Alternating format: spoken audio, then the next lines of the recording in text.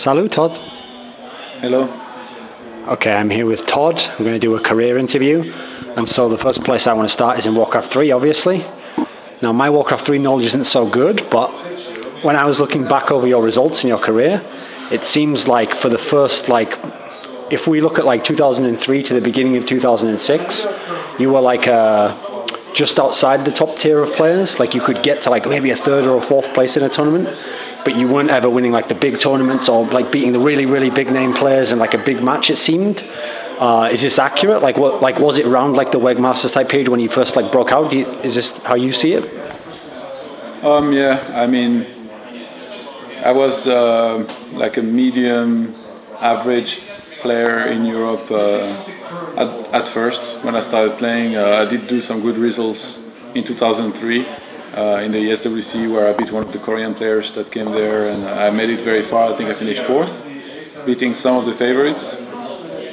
But when my level really took off was when I went to Korea to live with the 4Kings team. I think at the time I became one of the world's best players and maybe the best human player for some time. I think only a couple of months until Sky started showing up at events and showing people that he was the best human player. So I was the second best human player in my opinion at the time. For then a very long time. I did not manage to win any tournaments really for a very long time. I guess I did a lot of top 3, top 4, sometimes even finals. But I think the first few big tournaments that I won were WEG and Extreme Masters. I think it was the first season of the Extreme Masters, which I won in Germany, and it was in 2007, and I was very proud of this, obviously.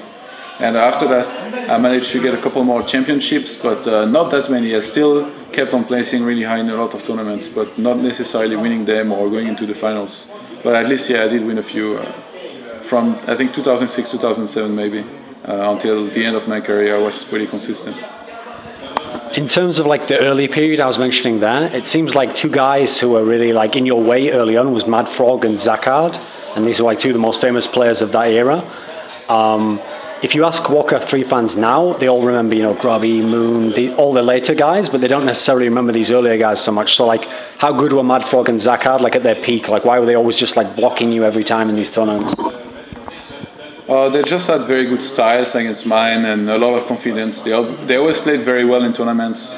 I think it was not particularly against me. I mean against me obviously as well, because they beat me a lot of times, but they were just such good players that they could beat anybody. And yeah, they were some of the players that I struggled the most against. The few first times I played against MaDFroG, I remember that I wasn't very confident. Especially the first time I played him, it was in the ESWC semi-finals, and I was very young. I had already made it very far, and then we played in this huge theater where there was thousands of people watching. We had heart rate meters. We were wearing those and stuff. We were playing on a big stage, and I played awful. I got destroyed. And after this, I had a bit of a mental block against him. I ended up playing him, I think, in one of the following years, again in SWC. At this time, it was in quarterfinals. I lost again really badly, even though I had beat one of the best Koreans in that same matchup. So a bit of a mental block here, which later on I finally broke, and I started beating MaDFroG very consistently. I beat him at least 2 or 3 times before he retired. So that was good. And for Zacard, I think I had a bit of a mental block, but this is more in my opinion, Zacard was the best player in, I think it was 2004.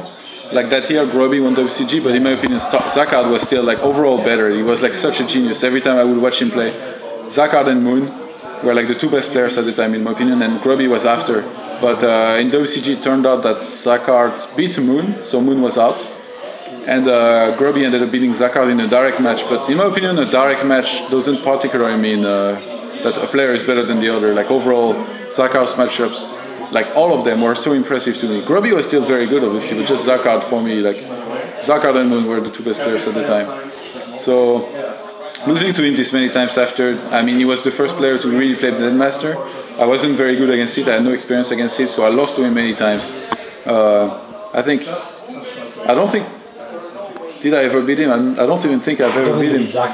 He retired untouched against me. So thinking of it like this, it sounds a bit bothering for me. But I mean, I like him so much as a person and as a player that it does not actually bother me that much. And yeah, like I said, a bit of a mental block against him, but he was just such a phenomenal player that I mean, I had to lose to him the few times we met. It's unfortunate for me. I mean, the interesting thing is, if we then talk about like the first big event was WEG Masters, because this was like a big event and you won it in Korea. No, that was in China actually, that one. Okay, so you won that event and you beat Grubby in the final when Grubby was already a big established name. Against Grubby, you actually had like a pretty good record in big tournaments. Like he won some, you won some. It's like it seemed. I think I lost most of the times to him before that at the time. I don't know, I remember... No, I mean overall, your whole career. Ah, yeah, okay. But like before WG, I remember losing to him a lot, especially in finals of like European tournament, like Samsung Euro Championship. But the big win for me that tournament was Sky in semifinals. Sky was literally like my nemesis, #1. He's the players I lost the most to in my career, I think. He, like, I've never ever beaten him before finally meeting him in this WG semifinals, where I won. I think it was 3-0, so it was like the biggest win maybe of my entire career, as far as like mental block and nemesis stuff go.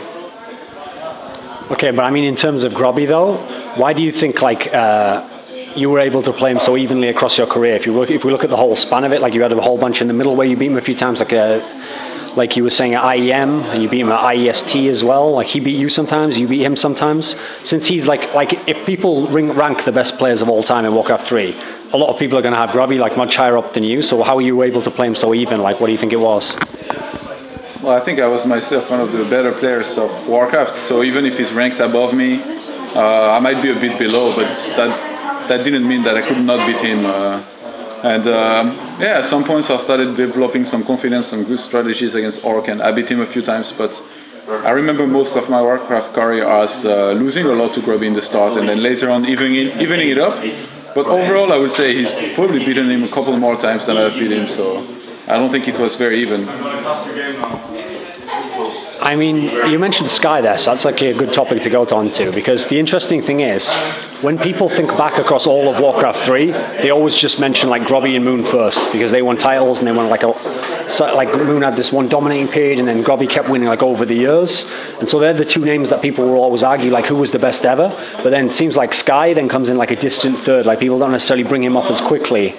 Like where does he rank up for your mind? Like how good was he when he was in his absolute peak in like, you know, 05, 06, this sort of period? If you talk of Warcraft players, like you usually have to name one player of each race like that you think is best.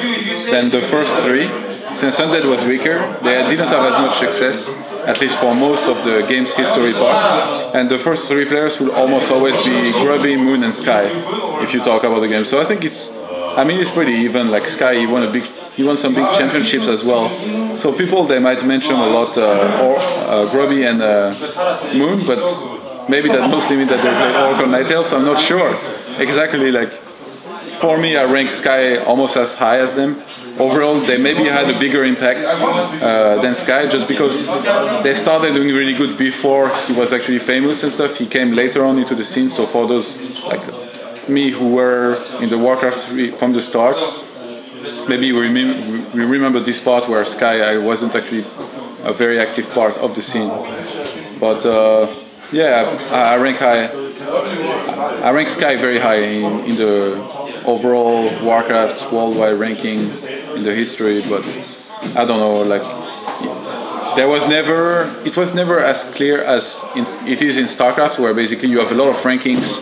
You can see the results exactly, like there is no list in Warcraft where you have that. So it's usually a feeling-based ranking for that.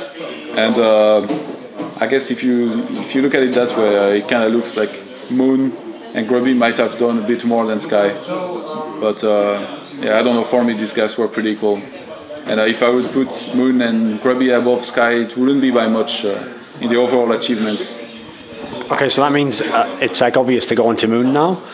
The interesting thing about Moon was, everyone remembers in 2007 he had this like crazy year where he won like who knows how much, like over $100,000. He won like so many tournaments. on one hand, yeah, he had this crazy year. So I want to know like what you thought of that year. Like, what was that like to actually be playing during that period? Was he just like definitely the best player? And then also the interesting thing is during that period, you actually beat him a couple of times that year, even though this was like his unbeatable year and whatnot. So like, was he a good matchup for you just individually? Like, what do you think of this? Yeah, I mean, there was a meta game period where there was still a lot of strategies unexplored.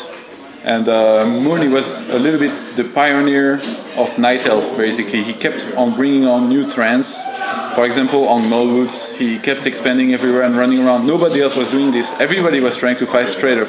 And he changed the game a lot in his own way. Orcs started playing a very similar style to what he was doing. So as the game evolved, everybody kind of learned how he was playing. But it took us some time. That's why he was dominant in the start. And that's why, I mean, after Zacard retired, it was basically just Grubby and Moon being the best players for some time. And yeah, Moon was just brilliant. Later on, it finally kind of caught up to him just because you can be as creative as you want. The game is limited in creativity. So once you have explored all the strategies there was, sort of, and you've been the first doing them, everybody starts copying you, and then they catch up to you. They finally figure out the styles that you're using, their weakness. So it started playing more standard from there, since there was no really new strategies. Like, I mean, you would have new units to make new strategies. He started playing standard, and he was not as dominant as before when using his innovative strategies to surprise opponents. But he was still pretty damn good, obviously. He still found some good stuff to do, like new creep routes, the way his timings, he will refine his timings very, very well. But what was the question again? And you managed to beat him a couple of times in 2000. Oh yeah, yeah. How was your matchup against him? I think I remember my WarCraft career, and a lot of people remember me as Moon's nemesis, and I think it's mostly true for. It's true for the most part, but he did beat me a lot of times as well. But I think maybe I had a positive score against him. I'm not sure. I didn't keep track. But it's a very satisfying feeling, obviously, because he was one of the best players, maybe the most respected Night Elf in the history of the game overall. And a lot of people, I mean, it's like a touchy subject. If you tell people who's your favorite WarCraft player of all time, a lot of the time people will say Grubby. The other half will say Moon. Then some people will say Sky. Some people might name someone else, but I think a lot of people would name Moon, and that's a very satisfying feeling to be the guy who beat him so many times. And yeah. Okay, so I heard this story that once Moon like captured one of your peons or something, and he built like a whole human army and beat you with it. It's just like, can you tell me the basics of this story? You don't know WarCraft too well? Okay, I'm gonna try to simplify it. You know, in Brood War, you can steal units. You know, are you familiar, or much more familiar with Brood War? You can steal one of the opponent's units and then develop with his race. That's what Moon did against me, basically. He took one of my... Was this initial real tournament, though? Yeah, it was WG in Korea, a very important tournament. But the thing is, I was very far behind. But I mean, I had practiced so hard for this game. For 2 weeks, I was losing like 90% of my games. It was such a depressing period, like, of my gaming career. So as I start, I mean, like when you know you're gonna lose a game, and then you go into it and then you lose it, it's like the worst feeling in the world. But now it's like 2 weeks of intense practice where basically I lose, then I head into my game, I play it, I lose. So I was feeling very bad. So I was staying in the game even though I had already lost for a while. And he basically took one of my walkers and developed into my race, made 2 human heroes, and like, it's probably one of the most humiliating things somebody can do.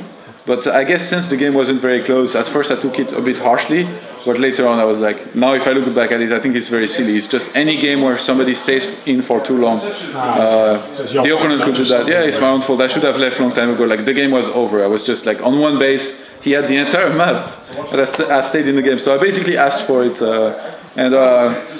even though it was like not very good publicity for me, obviously, because it was not very good, I'm glad that a lot of people were entertained by that and enjoyed that moment, because it's good for the game, obviously, if people can be excited. If the games were boring all the time, it would not be nice. Okay, another person, just to finish up on like rivals or people you played a lot, and people probably won't remember this guy's name as well as the other people I've mentioned, is Hot, this Ukrainian player. You played him like tons of times, it seemed. And like early on he beat you sometimes, then you were beating him a whole bunch of times. Like, like, was he just like your nemesis in the same way that Moon was? Like, I mean, he never seemed like he was a really, really top player in the same way. Yeah, I think I first met him at actually the first WCG where I did really well. I beat him in like quarterfinals or maybe round of 16. And I thought he was okay, but I didn't think he was that good. But later on, he developed into being this very good player, which really was to be feared by almost anyone. And I ended up losing a couple of times to him, sometimes very important, sometimes not. But, like I remember in clan-based tournament, I met him in the finals, and he was coming back from the losers bracket. I really did not expect to be able to lose, but then he beat me 2 series very closely, and it was pretty sad for me, obviously, losing in finals, but I was a bit too confident. And later on, I played him in the Samsung Euro Championship. I think it was once. Yeah, okay, that was like one weekend. There was Intel Extreme Masters. Samsung Euro Championship, and like I had to play him in final of both tournaments. So it was like so like amazing that both of us made it in the finals of each tournament. And in Extreme Masters, I was coming back from the loser bracket. We had to play this first, and before we had to play the first match that we had to play, he looked at me and he said, "You better not 6-0 him," because I had to win 2 series in Extreme Master and 1 in Samsung Euro Championship. He's like, "You better not 6-0 me," and then I was like, I was already feeling pretty confident heading into those games. And in Extreme Masters, I beat him 4-0, and I think after this, he was a bit crushed mentally, but he managed to compose himself, which was pretty good for him, and then he beat me in the other tournaments with 2-1, I think. I think so, yeah. And yeah, I mean, it was very close. He was a good player.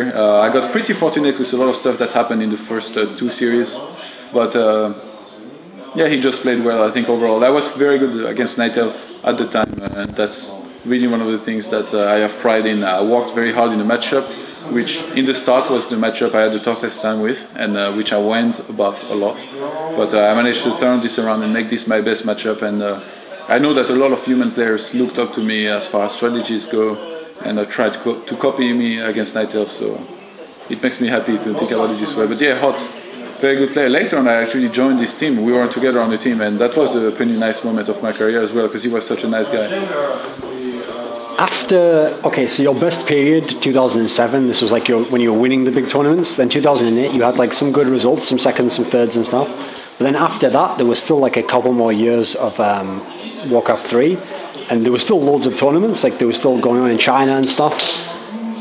Like your results weren't that good, and I think people got the sense that like you kind of like tapped out a bit, like you were just like, I'm going to keep playing the tournaments, but I'm not so into it necessarily, I'm not so motivated, like it's easy for me to go to the tournament and maybe win or do okay. Is this true? Yeah, I was not very interested in the game as much anymore. Like I was just playing from time to time, but not practicing very hardcore.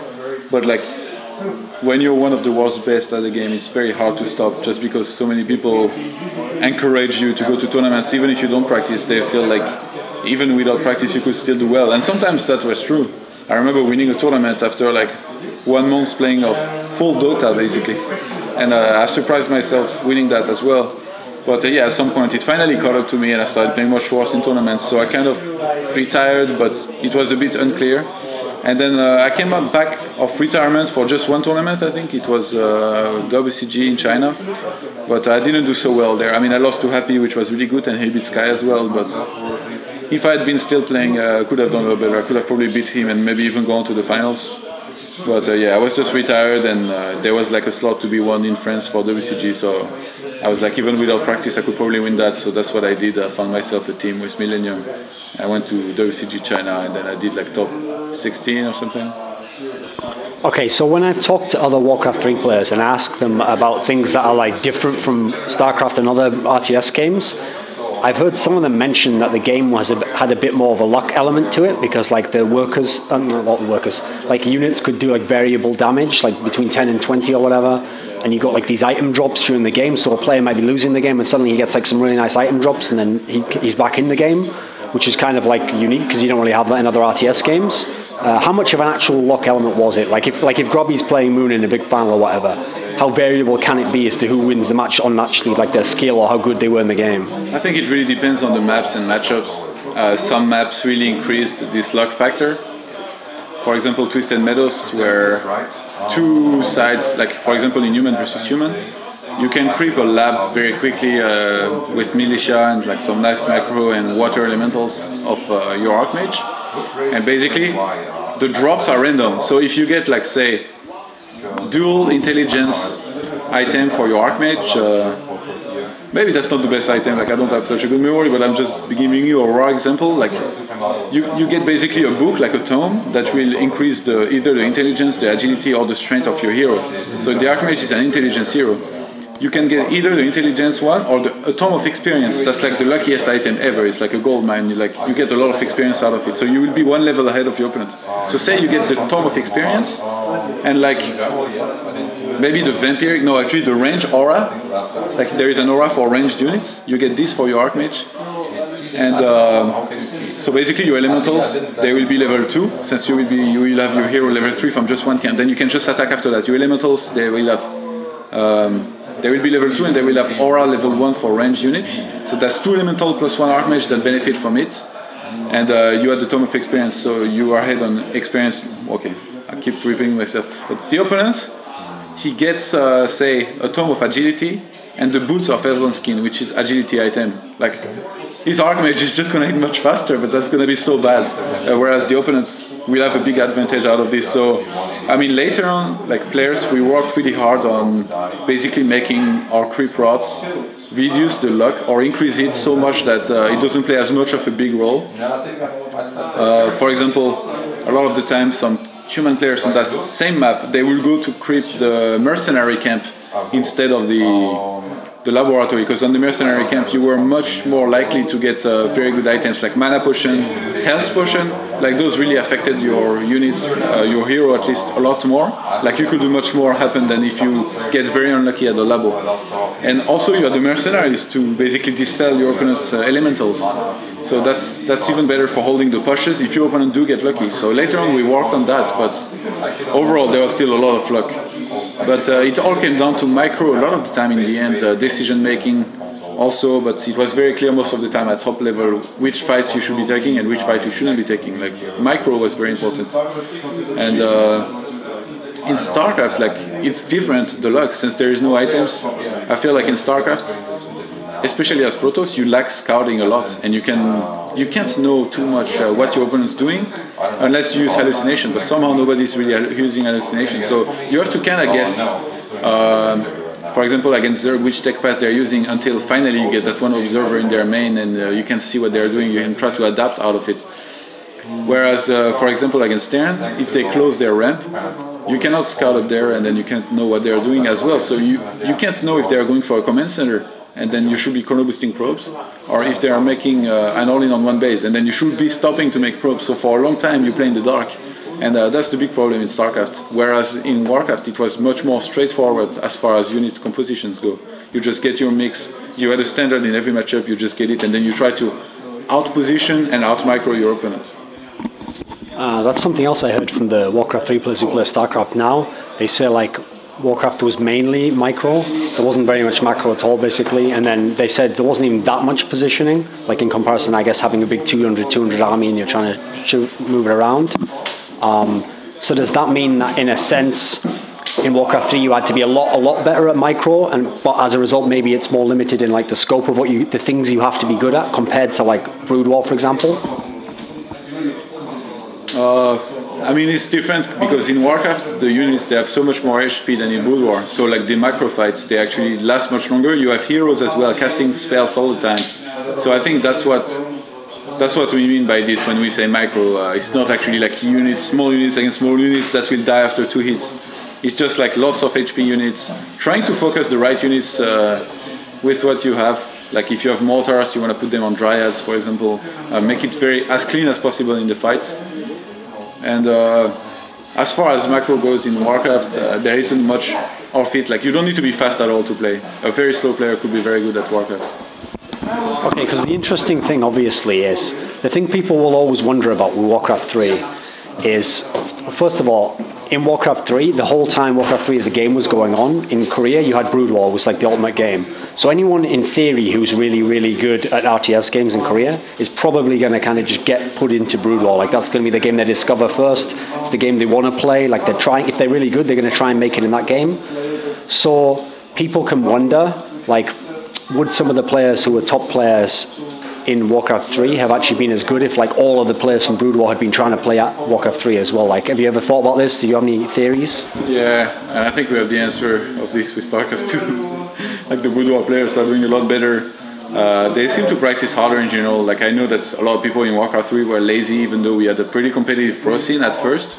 Later on, a lot of people retired, and the top players didn't have to practice much, to be honest. Like it's not, I don't know, like in the mechanics, maybe you don't need as much for WarCraft as for StarCraft 2, obviously, and basically once you're at the top level in WarCraft, you didn't need to play as much. You just need to play a couple games, watch replays here and here, see the trends, see what a player usually does, and then you can counter it a bit, but overall everybody would play pretty much standard. Like you could play the same strategy for years and like be still one of the best world players in WarCraft. In StarCraft 2 you can do the same strategy 2 games and then you're gonna get crushed by one of the top players just because he's gonna completely counter you. So this is very different in that way, and I just think StarCraft 2 is much more competitive overall. Like there's more players playing it. A lot of people are actually trying to go pro in WarCraft. In Europe there was like a very small amount of players actually trying to go pro or being professionals, but like in StarCraft 2, are you kidding me? Like everybody in Grandmaster is like playing 24/7 and really trying to make it. So yeah, just more competitive. And well, was there a question in there that I didn't answer? I also, if you imagine during the WarCraft 3 era, if you had have had like however many Korean people playing, would it have had like a big impact? Oh yeah, I think if like for some reason people had lost interest in Brood War and like the Kespa players would have switched over to WarCraft 3, I think they would have been sick. They would have been really, really good, just like they're becoming right now in StarCraft. They would have done very good results. A couple of the top WarCraft players would have still been able to play against them, but overall they would have most likely dominated it. I mean, you kind of touched on what I was going to get to next then, which was basically people have been wondering, like, okay, so Lin had a go at StarCraft 2 for a while, Moon sort of did, like no one really knows how much he was ever playing and practicing. You've had a go, Grubby's maybe tried the hardest out of all the top WarCraft 3 players. None of you have really had any results that compare to the WarCraft 3 era, like where you were in the world ranked, winning big championships. Is it just the case that, you know, some of the players don't have as much motivation or there's not much reason to play? Or do you think like if you, Moon, Lin, Grubby all go 100% hardcore in StarCraft 2 as hard as like the best Kesper player in the world that practices now, would you ever be like top tier players, like top 20 in the world, top 10? Is it even possible? I think there is a chance, but it seems to be difficult just because the game is much more competitive. As I said, like if you have like the old Brood War community, the foreign community that came to StarCraft 2, the WarCraft community, and the Brood War Korean scene, the Kespa players now came as well. So like then you have the new players that are good as well. Obviously we have an RTS background, so we're going to be good at the game. Brood War is probably similar to StarCraft 2 than WarCraft is. And like ultimately those who want it the most, who practice the hardest, will have the best results. Obviously the Koreans are doing this the best because they have team houses, they play probably much more than most of the foreigners, so they're getting the best results. But what I'm trying to say is that like from those 4 groups of people that came into playing this game, some of them were bound to fail because like not everybody can succeed at being a top player. Like top players will only be a small amount of players, and like those that did the best are the Koreans, but like Koreans that came from the WarCraft scene are almost none. There is like that I can think of only Moon, Lin a bit, but he's like playing nearly no tournaments right now. At first he was doing pretty good by a Moon, but I don't think he's really motivated by the game, to be honest. I don't know how much he practices, but for the little amount he has played, his results were great. So maybe if he was involved like 100% with the game, playing 24/7, he could have been one of the very best players in my opinion. But as far as I know, he has like a wife and everything, so he's not going to be involved with the game ever as much as a hardcore gamer in Korea.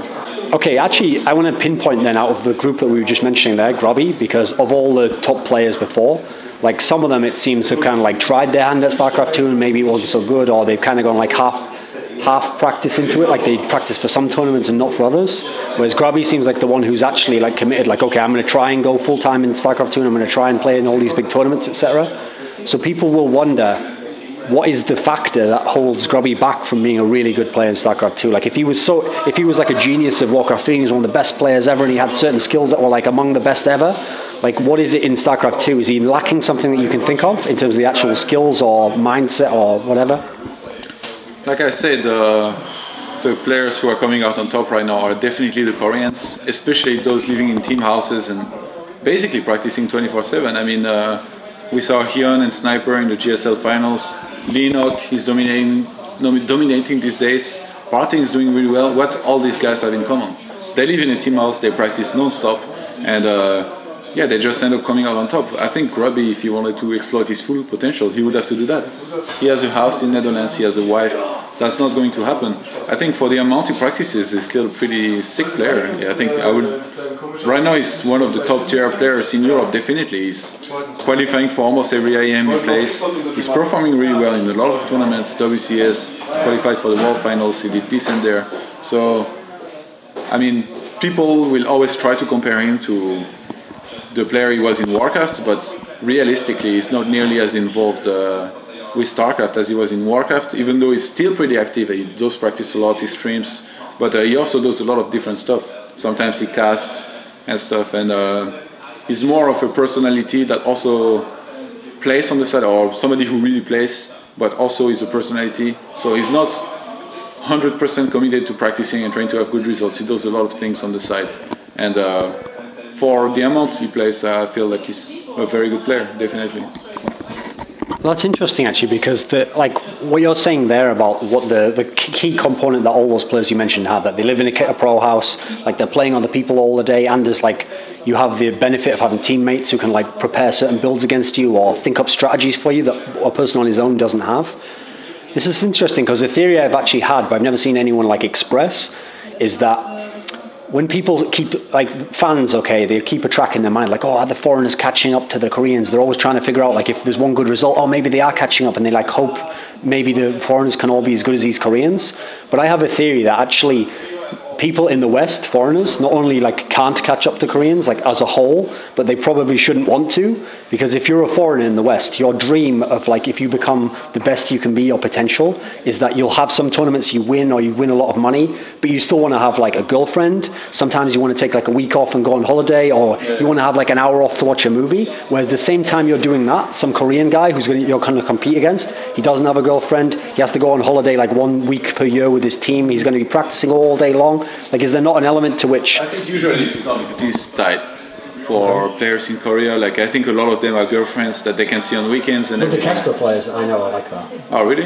I don't know about that. Okay. I don't know, I feel like this might have changed now, because as far as I know, a lot of players have girlfriends, they can see them on weekends, sometimes during the week as well. But other than that, all they do is practicing, at least most of them.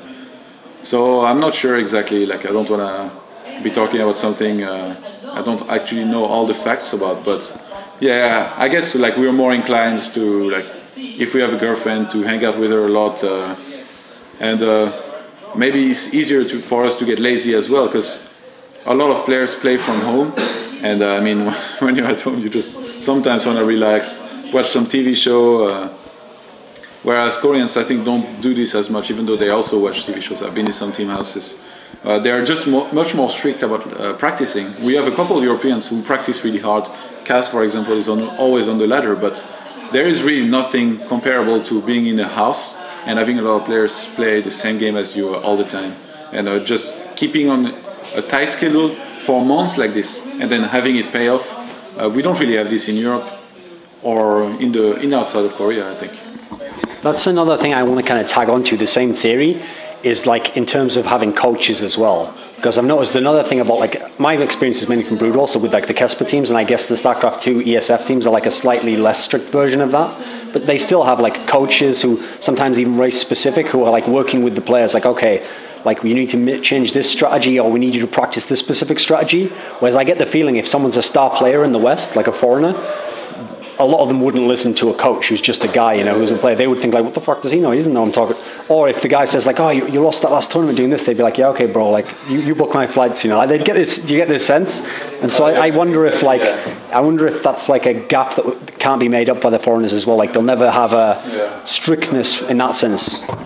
I used to think this for a long time as well. I mean, I was one of the world's best in Warcraft, and I remember like when some people mentioned coaches, I was like, if a coach tells me something, I'm just gonna tell him to bug off. Like he has no idea. Like I'm one of the good players. He wouldn't know.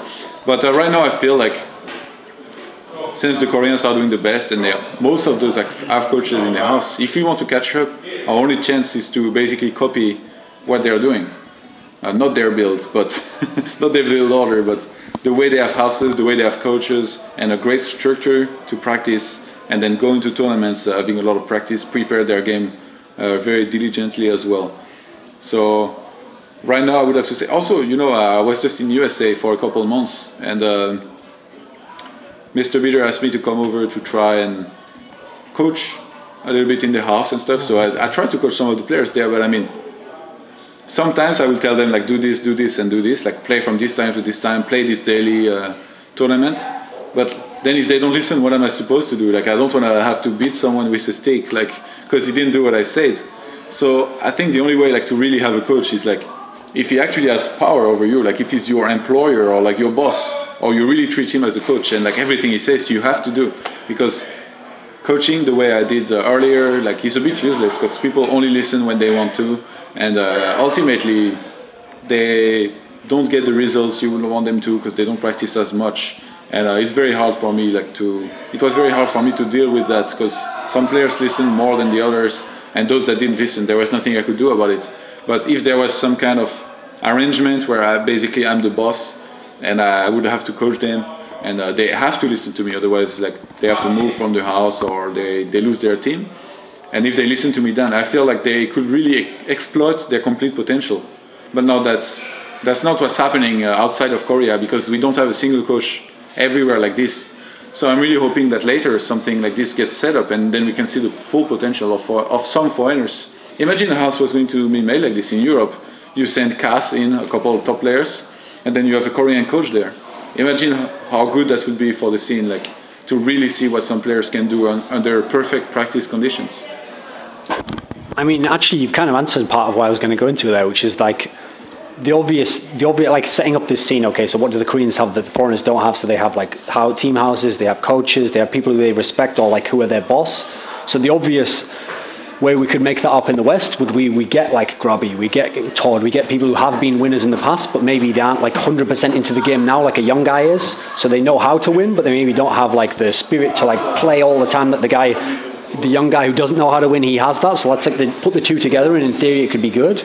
But then I think the thing is, I just wonder, like, do you feel as though that's like one of the problems with being like an older gamer in the scene? Because when I think of like old sports stars, so when you think of a guy who like at one point was like the best striker in football, okay, he can still play when he's like 33. He can still kind of like score goals sometimes, but now it's like he has to like put all of his effort into scoring it. So he knows how to do it, but he doesn't have like the athletic talent anymore, you know.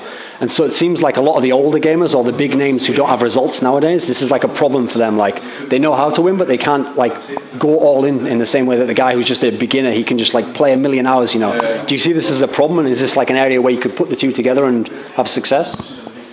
Maybe, yeah. Actually, I really feel like the way you just mentioned these days, like, because I'm pretty old, I'm almost 28.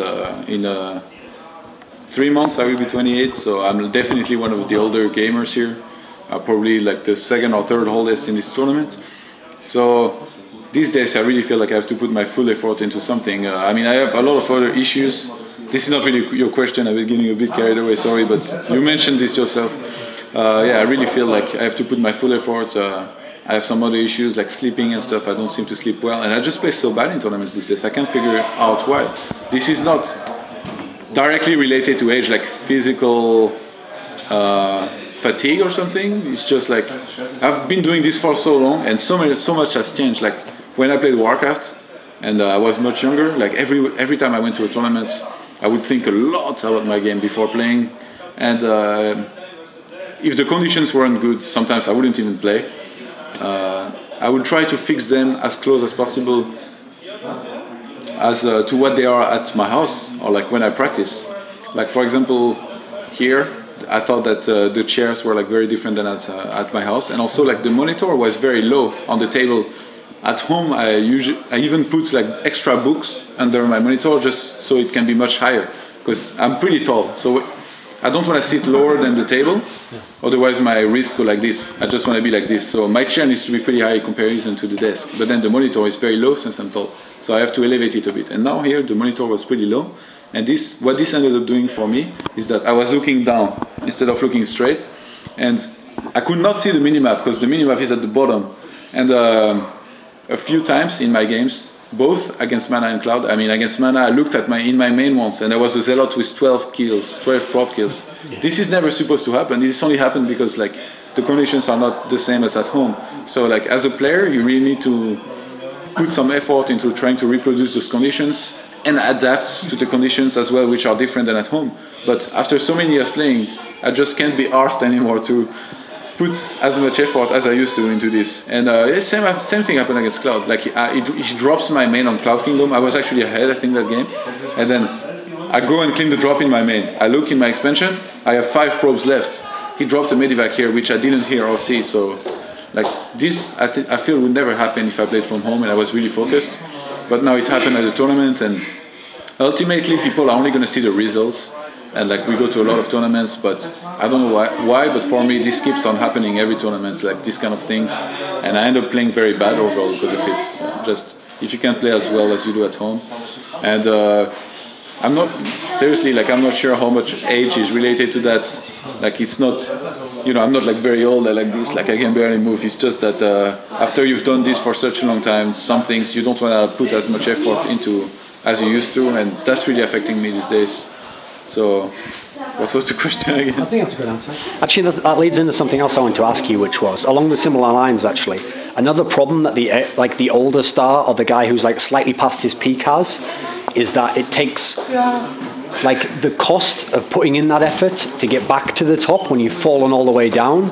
It's way more than when you're coming up the first time, because when you're coming up the first time, you don't even know what the limits are, so you just keep pushing, and even if you're like 10th, you're like, wow, yes, I came 10th, and then you're trying to get to 7th, whereas if you used to win, or you used to come top 3 all the time, and you used to always make the semi-finals, if you're suddenly going out in group stage 1, then you're kind of like, I don't know if I want to put in like 6 months work just to get to group stage 2, you know, like, is this a factor for you in terms of your motivation?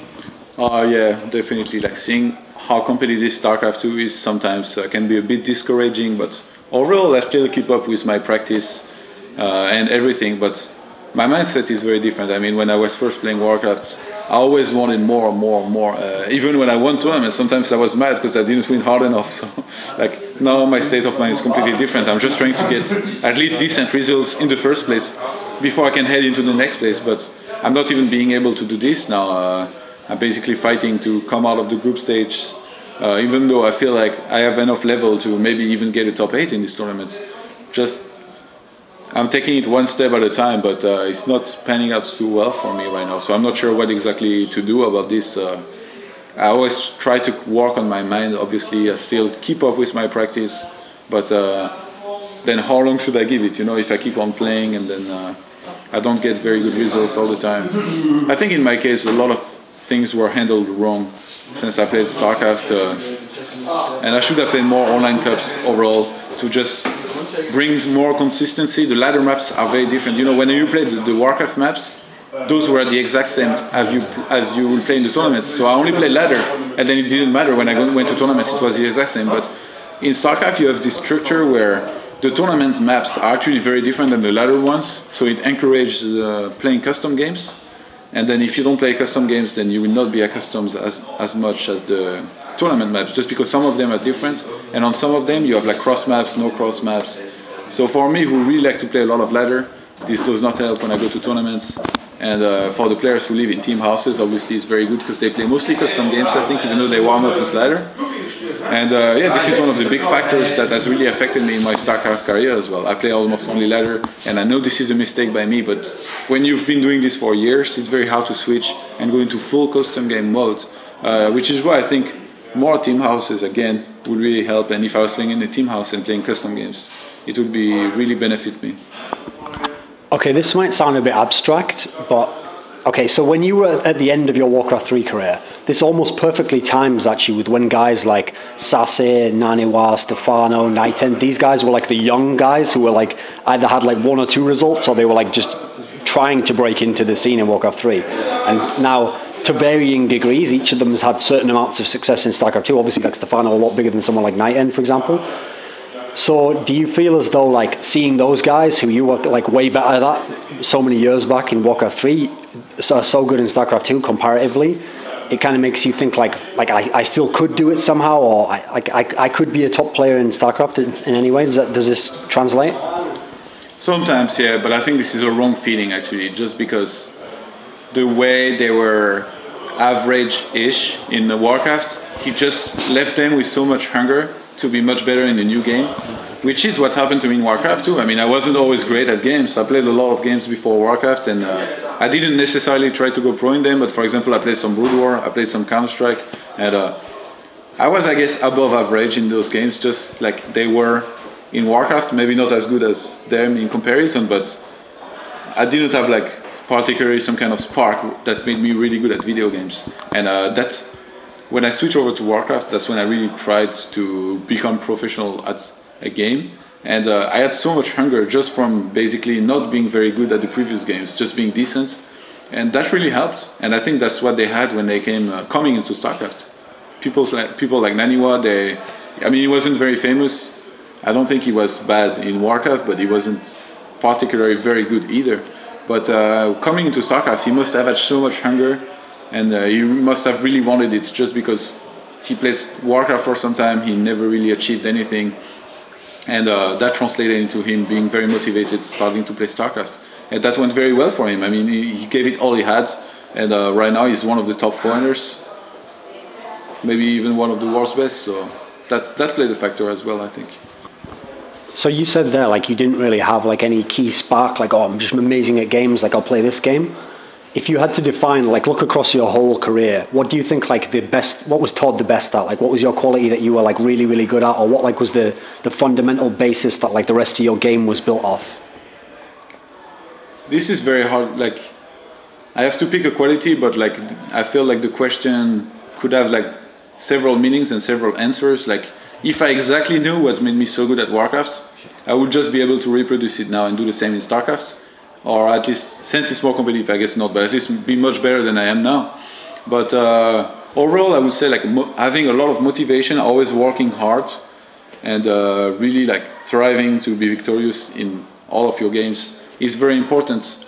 And like right now, I'm putting like some work, but nearly not as much as in WarCraft. The game is much more competitive, and like I said, I can't be arsed with a lot of stuff at tournaments. Like, you know, I used to bitch even about lightnings, temperature, like everything had to be perfect. And tournaments, they are working towards pleasing the spectators much more than the players, I feel.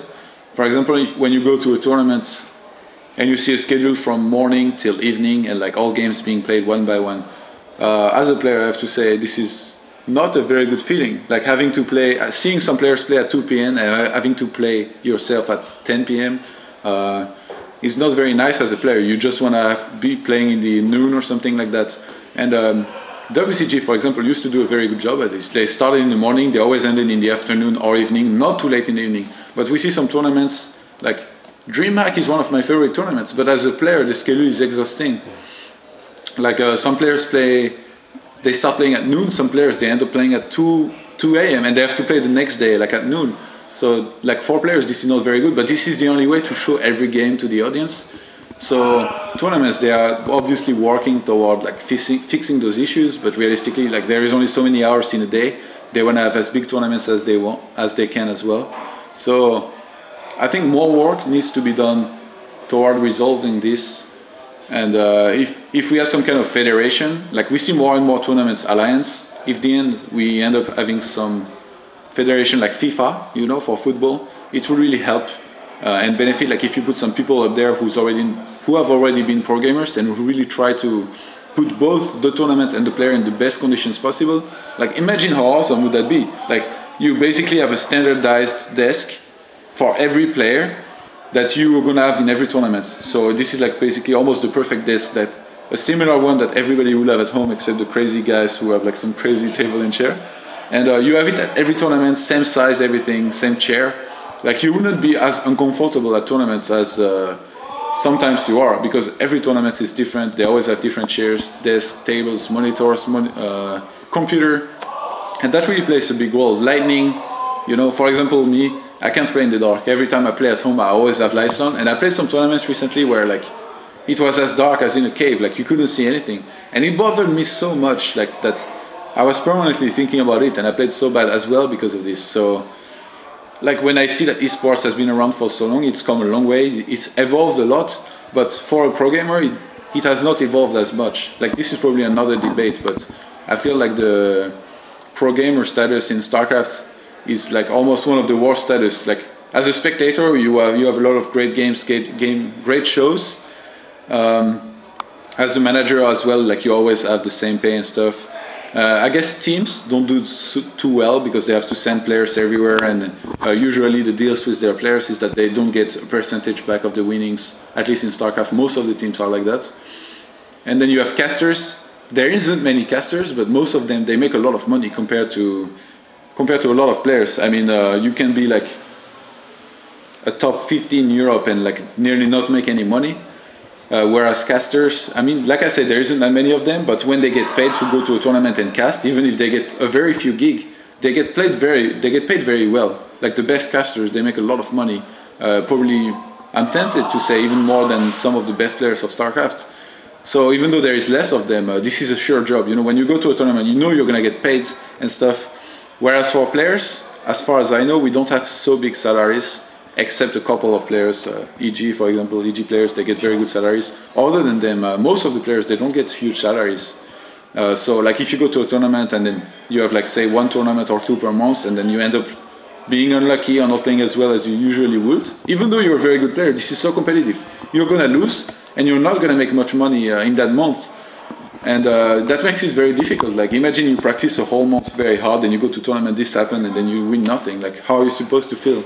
So I feel like right now the pro gamer status in StarCraft 2 is far from being the best, but obviously this is very competitive, there is a lot of players, and there needs to be some kind of right balance found about this. You know, I had a very long discussion with Mr. Bader about this, and he explained me that with every starting sport, it's always started like this. The casters of the sport in question were making a lot of money, the players weren't making jack shit basically.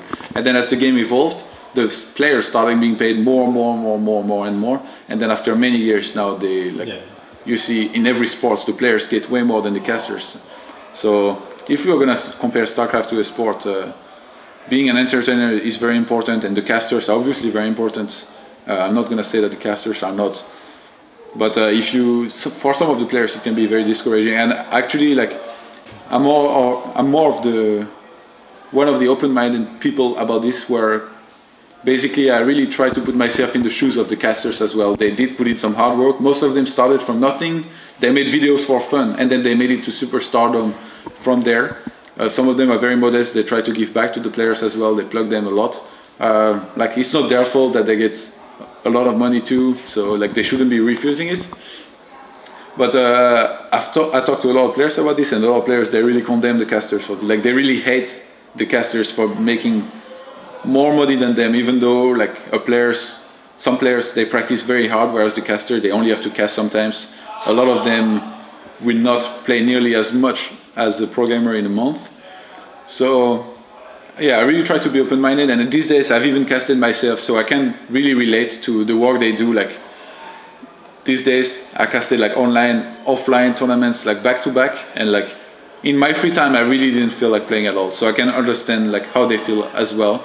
In the way that they don't practice as much as some people would expect them to. So yeah, I try to be open-minded, but realistically, I really feel like the pro gamer status is not one of the best when you play StarCraft 2. Okay, right. Do you have any final words or final message? Well, thanks to my fans, those who support me, who tune into my stream, who post on my fan pages or just the page where they can follow me. I'm gonna remind you about those if you guys want to follow me and like this interview. Facebook.com/YoanMerlo, YoanMerlo. twitter.com/ToDSC2. If I do find a team, I'm going to change this, but right now I don't have a team. So if there is any team interested in me, I will keep on practicing, keep on playing tournaments online mostly for now. If I do well into online tournaments, I think I will try to give a shot to offline tournaments in future. I'm casting as well, so if you have casting jobs, I actually applied for a lot of casting jobs these days. I'm gonna message every offline tournament that's going to take place and tell them that if they look for a caster, I'm available, and I will really try to give it a shot. And I've been posting a lot of my casts and tutorials. I started making tutorials on YouTube. So youtube.com/ToDStarcraft. I think this is pretty interesting. I mean, there is very few pro gamers. I was gonna say high level, but I don't have such good tournament results. I guess I'm Grandmaster, and I can get very high Grandmaster if I want to. Like, I'm actually planning on getting very high Grandmaster soon. I'm working on one of my accounts now in Europe since I just came back. So I guess we can say high level pro gamer, basically making tutorial videos where it's very well explained. I really try hard to make those right now. I give a lot of thoughts into them. So if you want to check those out, it's mostly Protoss right now. I plan on starting to do other races because I do coaching as well, and some players ask me to coach them into other races. So I didn't want to just basically coach them for like 1 hour and just say some random bullshit, you know. So I started watching replays of all the races and really analyzing them, taking notes and everything. I really want to do my work well. And yeah, youtube.com/ToDStarcraft. I think that's pretty much it. If you guys want to leave me some messages there or look at my stream, I cast RSL sometimes, twitch.tv/Yoan. This is where you will find me. Thanks to everyone who support me again. Thanks to you for doing this interview with me. I hope it was good enough. Merci beaucoup. De rien.